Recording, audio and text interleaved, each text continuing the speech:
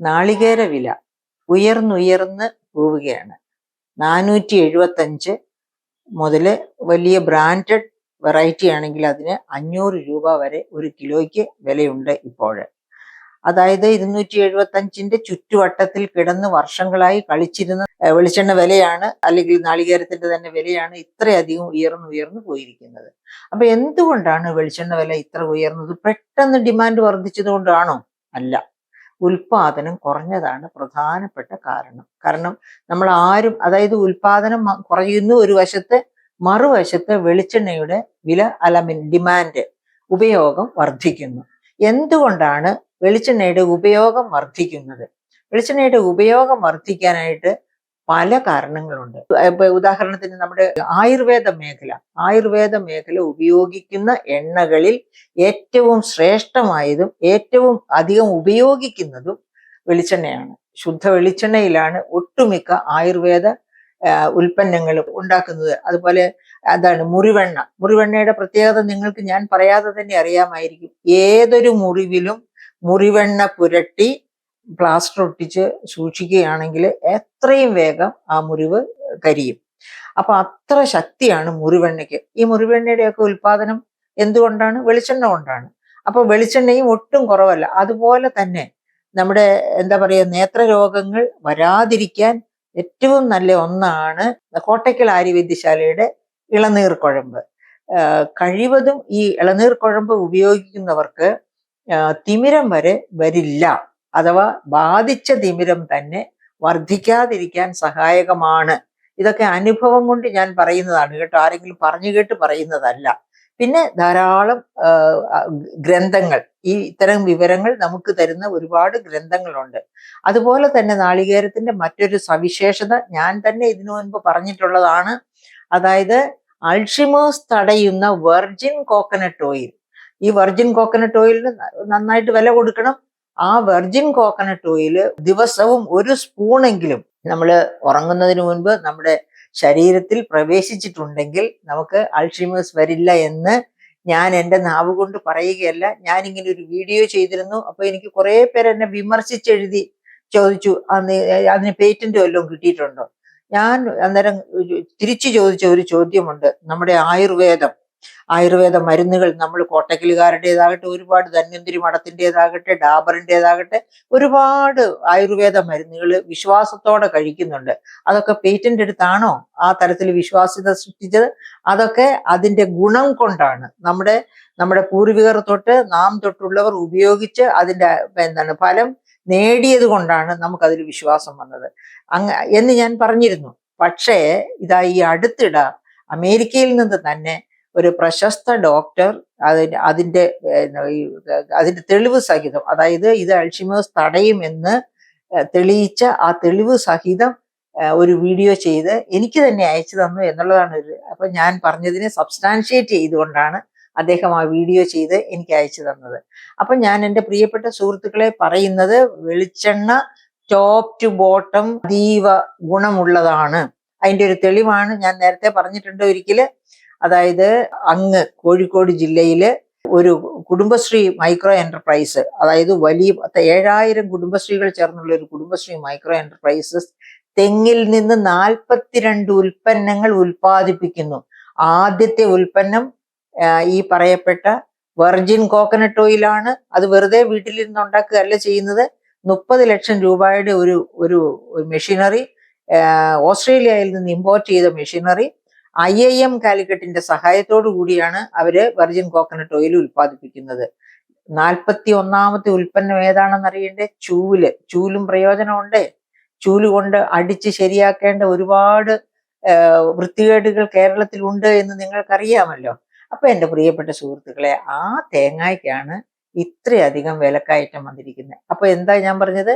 തേങ്ങയുടെ വില കയറാൻ, വെളിച്ചെണ്ണയുടെ വില കയറാൻ പല കാരണങ്ങളുണ്ട്. ഒന്ന്, അതിൻ്റെ ഗുണം അറിഞ്ഞു വരുന്നു ലോകം. അപ്പം വിദേശ രാജ്യങ്ങളിലൊക്കെ വെളിച്ചെണ്ണയുടെ ഉൽപ്പന്നങ്ങൾക്ക് വലിയ ഡിമാൻഡ് ഇനി വരും കാലങ്ങളിൽ വരും. അതുപോലെ തന്നെയാണ് ഈ പറയപ്പെട്ട ആയുർവേദത്തിന്റെ ഒരു മെയിൻ സ്റ്റേ, ഏറ്റവും പ്രധാനപ്പെട്ട ഒരു ഇന്ധനമായിട്ടാണ് അവര് വെളിച്ചെണ്ണ ഉപയോഗിക്കുന്നത്. വെളിച്ചെണ്ണയുടെ വില കൂടിയാൽ ആയുർവേദ മരുന്നുകളുടെ വില കൂടും, നമുക്ക് അവ അപ്രാപ്യമായി തീരും. പിന്നെ അതുപോലെ മറ്റെല്ലാ ഈ ആയുർവേദം മാത്രമല്ല, ഏത് മേഖലയിലേക്ക് ചെന്നാലും വെളിച്ചെണ്ണയ്ക്ക് വലിയ ഡിമാൻഡാണ് ഉള്ളത്. നമ്മൾ നല്ല ഭക്ഷണം കഴിക്കണം. പാചകത്തിൽ ഉപയോഗിക്കേണ്ട എണ്ണ വെളിച്ചെണ്ണയാണ്. അപ്പൊ എന്തുകൊണ്ടാണ് ഈ മറ്റെണ്ണകൾ ഒക്കെ വെളിച്ചെണ്ണയെ കുറ്റപ്പെടുത്തിക്കൊണ്ട് ഒരുപാട് പ്രഖ്യാപനങ്ങളും ഒരുപാട് പരസ്യങ്ങളും കൊടുക്കുന്നത്? അതൊക്കെ അവരുടെ ഉൽപ്പന്നം വിറ്റുപോകാനാണ് പ്രിയപ്പെട്ട സുഹൃത്തുക്കളെ. വെളിച്ചെണ്ണ മോശമായതുകൊണ്ടല്ല വെളിച്ചെണ്ണയെ മോശമായി ചിത്രീകരിക്കുന്നത്. അവരുടെ മോശമായ ഉൽപ്പന്നങ്ങൾ വെളിച്ചെണ്ണയെ മറികടന്ന് വിറ്റുപോകണമെന്നുണ്ടെങ്കിൽ അവർക്ക് വെളിച്ചെണ്ണയെ കൊച്ചാക്കിയേ പറ്റുള്ളൂ. അതുകൊണ്ടാണ് അവർ വെളിച്ചെണ്ണയെ മോശമാക്കുന്നത്.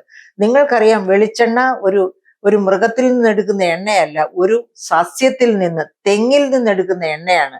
അപ്പൊ അതെങ്ങനെയാണ് കണ്ടമാനം കൊളസ്ട്രോൾ വർദ്ധിപ്പിക്കുക?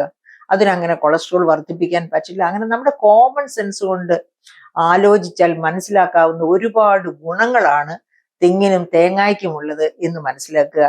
തേങ്ങായുടെ തന്നെ മഹത്വം നമുക്കറിയാം. തേങ്ങ ഡെസിക്കേറ്റഡ് കോക്കനട്ട് പൗഡർ ഇഷ്ടം പോലെ നമ്മൾ അമേരിക്കയിലേക്കൊക്കെ കയറ്റി അയക്കുന്നുണ്ട്.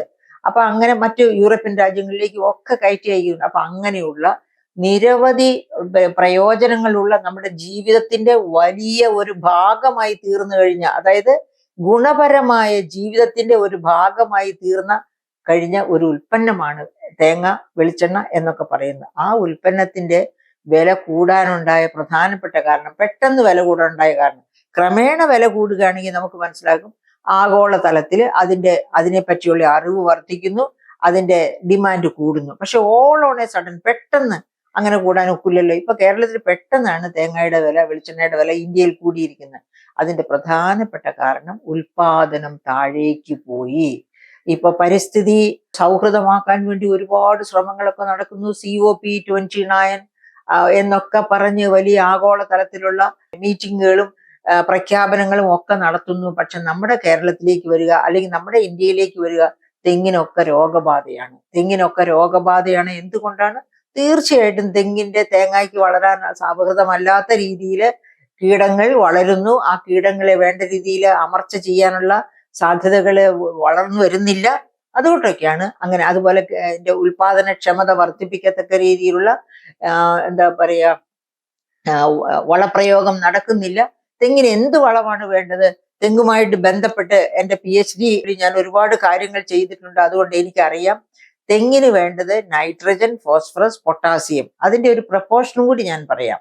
നൈട്രജൻ 1 കിലോ ഇടുകയാണെങ്കിൽ ഫോസ്ഫേറ്റ് 1/2 കിലോ മതി, പൊട്ടാസ്യം 2 കിലോ. അപ്പൊ ഏതിനാണ് കൂടുതൽ പ്രാധാന്യം? പൊട്ടാസ്യമാണ് തെങ്ങിന് ഏറ്റവും പ്രിയപ്പെട്ട, ഏറ്റവും അത്യാവശ്യമായ, അതിന്റെ ഉൽപാദനക്ഷമതയെ പിടിച്ചു നിർത്തുന്ന, വർദ്ധിപ്പിക്കുന്ന വളം. ഈ പൊട്ടാസ്യം എന്ന് പറയുന്നത് എൻ്റെ പ്രിയപ്പെട്ട സുഹൃത്തുക്കളെ നമ്മുടെ ചാമ്പലാണ്, നമ്മുടെ ചാരമാണ്. അപ്പൊ എന്തുകൊണ്ടാണ് ഈ പൊട്ടാസ്യം? പക്ഷെ വലിയ വിലയാണ് കേട്ടോ. പൊട്ടാസ്യം ഇന്ത്യയില് കാര്യമായിട്ട് ഉൽപ്പാദിപ്പിക്കുന്നില്ല. നാം കൂടുതലായിട്ട് റഷ്യയിൽ നിന്ന് ഇറക്കുമതി ചെയ്യുകയാണ്. അപ്പോൾ ഈ ഇറക്കുമതി വില കൂടുകയോ ഒക്കെ ചെയ്യുമ്പോഴേക്കും പ്രശ്നങ്ങൾ, ആഗോളതലത്തിലുള്ള ഇഷ്യൂസ് ഉണ്ടാകുമ്പോൾ, റഷ്യ-യുക്രൈൻ വാർ പോലെയുള്ള പ്രശ്നങ്ങളൊക്കെ ഉണ്ടാകുമ്പോൾ അത് ഇറക്കുമതി ചെയ്യുന്നതിനൊക്കെ പ്രശ്നങ്ങൾ വർദ്ധിക്കാം. അപ്പൊ വില കൂടാം. അതുപോലെ വേറൊരു പ്രധാനപ്പെട്ട കാര്യമുണ്ട്. എല്ലാ ഇന്ത്യക്കാരെയും നെഞ്ചോട് ചേർക്കുന്നു എന്നാണ് നമ്മുടെ പ്രധാനമന്ത്രി പറയുന്നത്. എങ്കിലും അദ്ദേഹം ആദ്യ ബജറ്റിൽ 2014 തന്നെ നടത്തിയ ഒരു വിശ്വപ്രസിദ്ധ പ്രഖ്യാപനമുണ്ട്. എന്താണെന്നറിയാമോ?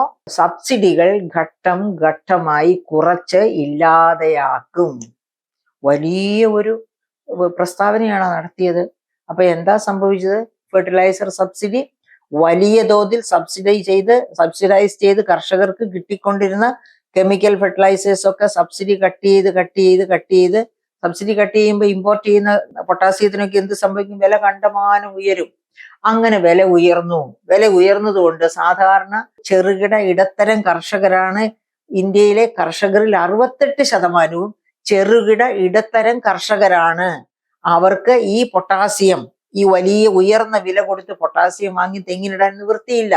അങ്ങനെ തെങ്ങിന് പൊട്ടാസ്യം കിട്ടിയില്ലെങ്കിൽ അതിന്റെ ഉൽപാദനക്ഷമത കുറഞ്ഞു പോകുമെന്ന് ഒരുപാട് കർഷകർക്കും അറിഞ്ഞുകൂടാ. പണ്ടാണെങ്കിൽ ഈ കർഷകരെ എല്ലാം വീടാന്തരം കയറി ഇറങ്ങി നമ്മുടെ കാർഷിക വകുപ്പിലെ ഉദ്യോഗസ്ഥർ തന്നെ ഇത്തരം കാര്യങ്ങൾ പറഞ്ഞു കൊടുക്കുമായിരുന്നു. ഏത് വളം ഏതളവിൽ ഉപയോഗിക്കണം എന്നൊക്കെ. ഇപ്പൊ അവരാരും തിരിഞ്ഞു നോക്കില്ല. സർവീസിൽ കയറി കഴിഞ്ഞാൽ സ്വന്തം സർവീസും അതിന്റെ ചട്ടങ്ങളും അതിന്റെ നേട്ടങ്ങളും മാത്രം നോക്കി നടക്കുന്നവരാണ്. ഇങ്ങനെ ഈ മേഖലയിലൊക്കെ കാർഷിക വകുപ്പിലൊക്കെ വർക്ക് ചെയ്യുന്നവരും കാർഷിക സർവകലാശാലകളിൽ പഠിപ്പിക്കുകയും വർക്ക് ചെയ്യുകയും ഒക്കെ ചെയ്യുന്നവര്. അതിന്റെ ഒക്കെ കേടാണ് കേരളം. 35 ലക്ഷം കർഷകർ തെങ്ങ് കൃഷിയിലും ആ തേങ്ങ തന്നെ പ്രധാനപ്പെട്ട ജീവനോപാധിയുമായി കഴിഞ്ഞിരുന്ന ഒരു കാലഘട്ടത്തിലാണ് നിന്നാണ് ഇപ്പോ ഒന്നാം ഉൽപാദനം ഏത് സംസ്ഥാനമാണ്? കർണാടകയാണ് ഉൽപാദനത്തിൽ 1-ാം സ്ഥാനം. 2023-24 കണക്കനുസരിച്ച് കോക്കനട്ട് ഡെവലപ്മെന്റ് ബോർഡിന്റെ കണക്കനുസരിച്ച് 23.4% തേങ്ങ ഉൽപ്പാദിപ്പിക്കുന്നത് കർണാടകമാണ്. കർണാടകം കഴിഞ്ഞാൽ 2-ാം സ്ഥാനത്ത് തമിഴ്നാടാണ്. തമിഴ്നാടും കഴിഞ്ഞിട്ട് മാത്രമേ 1-ാം സ്ഥാനത്ത് നിന്ന് കേരളത്തിന് ഇപ്പോൾ സ്ഥാനമുള്ളൂ. അപ്പൊ എന്ന് വെച്ചാല് ആകെപ്പാടെ കേരളം താഴേക്ക് പോയി കേരം ഉൽപാദനത്തില്. അതായത് തിരുവമ്പാടി വിത്ത് തെങ്ങിൻ തൈകള് തേങ്ങ വിത്തിനെടുക്കുന്ന തേങ്ങ ഒക്കെ തിരുവമ്പാടി തേങ്ങയായിരുന്നു കേരളത്തിൽ എടുത്തുകൊണ്ടിരുന്നത്. അത്ര പ്രശസ്തമായിരുന്നു തിരുവമ്പാടി തേങ്ങ വിത്ത് എന്ന് പറയുന്നത്. തെങ്ങിൻ തൈകള് തേങ്ങ എന്നൊക്കെ പറഞ്ഞ് വിത്ത് തേങ്ങ എന്ന് പറയുന്നത്. ഇപ്പോഴും അതൊക്കെ തന്നെ ശരിയാണ്. പക്ഷേ ഉൽപാദനക്ഷമത താഴോട്ട് പോയി. അപ്പൊ എൻ്റെ പ്രിയപ്പെട്ട തെങ്ങ് കർഷകരോട് എനിക്ക് പറയാനുള്ളത്, വീടിന്റെ മുറ്റത്ത് ഒരു തെങ്ങെങ്കിലും വെക്കുക. ആ ഒരു തെങ്ങിന് കൊടുക്കാനായിട്ട് നിങ്ങളുടെ വീട്ടിലെ ചപ്പ് ചവറുകൾ കത്തിക്കുന്ന ചാമ്പൽ അതിന്റെ മൂട്ടിൽ ഇട്ട് കൊടുക്കുക. ഇഷ്ടം പോലെ വേനൽക്കാലത്ത് വെള്ളവും ഒഴിച്ചു കൊടുക്കുക. വെള്ളവും പൊട്ടാസ്യവും ഈ NPK വേണം, പക്ഷെ പൊട്ടാസ്യമാണ് പ്രധാനം. ഇഷ്ടം പോലെ കിട്ടുന്നിടത്ത് ആ ഒരു തെങ്ങ് മതി ഒരു കുടുംബത്തിന് കഴിയാൻ തേങ്ങ ഉൽപ്പാദിപ്പിക്കാൻ. അപ്പൊ അങ്ങനെ ഒരു ധാരണ ഉണ്ടെങ്കിൽ തേങ്ങയുടെ വില ഇതുപോലെ വർദ്ധിച്ചു പോവുകയില്ല. തേങ്ങയുടെ ഗുണം നമുക്കറിയാം അങ്ങേയറ്റം. എന്താ പറയുക, എത്ര വിസ്മയാവഹമാണ് തേങ്ങയുടെ ഗുണങ്ങൾ. വെറുതെയാണോ തെങ്ങിന് എന്ത് പേരാ ഉള്ളത്? തെങ്ങിന് കൽപ്പകവൃക്ഷം എന്ന പേര് വെറുതെ വന്നതല്ല. തെങ്ങിന് യഥാർത്ഥത്തിൽ അത് കൽപ്പകവൃക്ഷം തന്നെ ആയതുകൊണ്ടാണ്. അപ്പൊ ഇപ്പൊ ഈ തേങ്ങയുടെ വില ഇങ്ങനെ വന്നിരിക്കുന്ന അവസരത്തിൽ ഗവൺമെന്റ് എന്താ ചെയ്തിരിക്കുന്നത്? ഗവൺമെന്റ് തെങ്ങിന് കെമിക്കൽ ഫെർട്ടിലൈസേഴ്സിനോ ഒന്നും സബ്സിഡി കൊടുക്കുന്നില്ല, എങ്ങനെ അത് കൃഷി ചെയ്യണമെന്ന് പറയുന്നില്ല. ഇങ്ങനെയുള്ള യാതൊരു കാര്യങ്ങളും ഗവൺമെന്റിന്റെ ഭാഗത്ത് നിന്ന്. അങ്ങനെയാണെങ്കിൽ അഗ്രികൾച്ചർ യൂണിവേഴ്സിറ്റികളും അഗ്രികൾച്ചർ ഡിപ്പാർട്ട്മെന്റും ഒക്കെ ഇതിലേക്ക് ഇറങ്ങിത്തിരിക്കണം. അവരാരും ഇതൊന്നും ചെയ്യുന്നില്ല. ഈ രോഗബാധ അകറ്റാൻ എന്ത് ചെയ്യണം? ഇതൊന്നും അവരുടെ ഇതിൽ വരുന്നേയില്ല. പക്ഷേ ഗവൺമെന്റ് ഒരു തൽക്കാലം ഓണം വരുന്നു എന്നുള്ളത് കൊണ്ട് എന്താ പറയുക, ഒരു റീൽസ് ഉണ്ടാക്കാനുള്ള ഒരു പരിപാടി എന്ന് മാത്രമേ, അതായത് ഗവൺമെന്റിന്റെ നേട്ടങ്ങളെ പറ്റി റീൽസ് ഉണ്ടാക്കാനുള്ള ഒരു പരിപാടിയായിട്ട് വെളിച്ചെണ്ണയ്ക്ക് സബ്സിഡിയും മറ്റും കൊടുത്തിരിക്കുന്നു. 450 മുതൽ 500 രൂപ വരെ ഉള്ള വെളിച്ചെണ്ണ സബ്സിഡി നിരക്കിൽ 349 രൂപയ്ക്ക് കൊടുക്കാമെന്ന് ഗവൺമെന്റ് തീരുമാനിച്ചിരിക്കുന്നു. അത് സാധാരണ രീതിയിൽ നമുക്കറിയാം. ഈ ഗവൺമെന്റ് 13 ഉൽപ്പന്നങ്ങൾ സബ്സിഡി വിലയ്ക്ക് ലഭ്യമാക്കുമെന്ന് പറഞ്ഞ് ഭരണത്തിൽ വന്നതാണ്. പക്ഷെ അത് വെറും 3 ഉൽപ്പന്നങ്ങളായി ഒരുപാട് നാളേക്ക് താഴേക്ക് പോയിരുന്നു.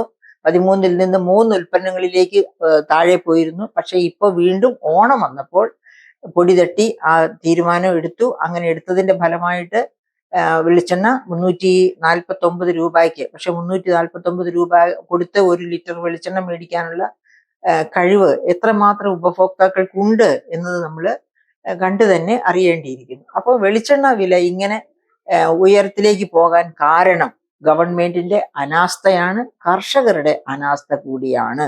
കർഷകർ മനസ്സിലാക്കണം, കൽപ്പക വൃക്ഷമാണ് കേരം. ആ കേരത്തിൽ നിന്ന് കിട്ടുന്ന വെളിച്ചെണ്ണ, അതുപോലെ തേങ്ങ, അതായത് കേരളത്തിലാണ് ഇന്ത്യയിൽ ഏറ്റവും കുറവ് മാൽന്യൂട്രീഷൻ ഉള്ള സംസ്ഥാനം. അതിന്റെ പ്രധാന കാരണമായി കണ്ടെത്തിയിട്ടുള്ളത് തേങ്ങയുടെ ഉപയോഗമാണ്, പ്രിയപ്പെട്ട ശ്രോതാക്കളെ. അപ്പോൾ ആ തേങ്ങ നമ്മുടെ ഭവനങ്ങളിൽ ഉണ്ടാകണം, നമ്മുടെ ഭക്ഷണത്തിൽ ഉണ്ടാകണം. അതുകൊണ്ടാണ് ഞാൻ പറഞ്ഞത്, 5 സെന്റിലാണ് നിങ്ങളുടെ വീട് നിൽക്കുന്നതെങ്കിലും മുറ്റത്ത് ഒരു തെങ്ങുണ്ടാകട്ടെ. ആ ഒരു തെങ്ങിനെ നിങ്ങൾ പരിപാലിക്കുമ്പോൾ നിങ്ങളുടെ വീട്ടിലെ വേസ്റ്റ് കത്തിക്കുന്ന ചാമ്പല് അതിന്റെ മൂട്ടിലിടുക. അത് പൊട്ടാസ്യമാണ്, തെങ്ങിന് ഏറ്റവും ആവശ്യമുള്ള വളം. അങ്ങനെ ആ തെങ്ങിനെ നിങ്ങൾ പരിപാലിക്കുമെങ്കിൽ, ഈ നിങ്ങളുടെ പറമ്പിലെ തെങ്ങിനെ ഒക്കെ പരിപാലിക്കുമെങ്കിൽ, അടുത്ത ഓണമാകുമ്പോഴേക്കും വെളിച്ചെണ്ണയുടെ വില നമുക്ക് ഈ 500 രൂപയിൽ നിന്ന് 250 രൂപയിലേക്ക് തിരിച്ചു കൊണ്ടുവരാൻ പറ്റും. ഉൽപാദനം വർദ്ധിപ്പിക്കാനൊക്കും. നമ്മുടെ കുട്ടികൾ മാൽന്യൂട്രീഷൻ ഇല്ലാതെ, പോഷകാഹാര ദാരിദ്ര്യമില്ലാതെ മിടുക്കരായി വളരുകയും ചെയ്യും.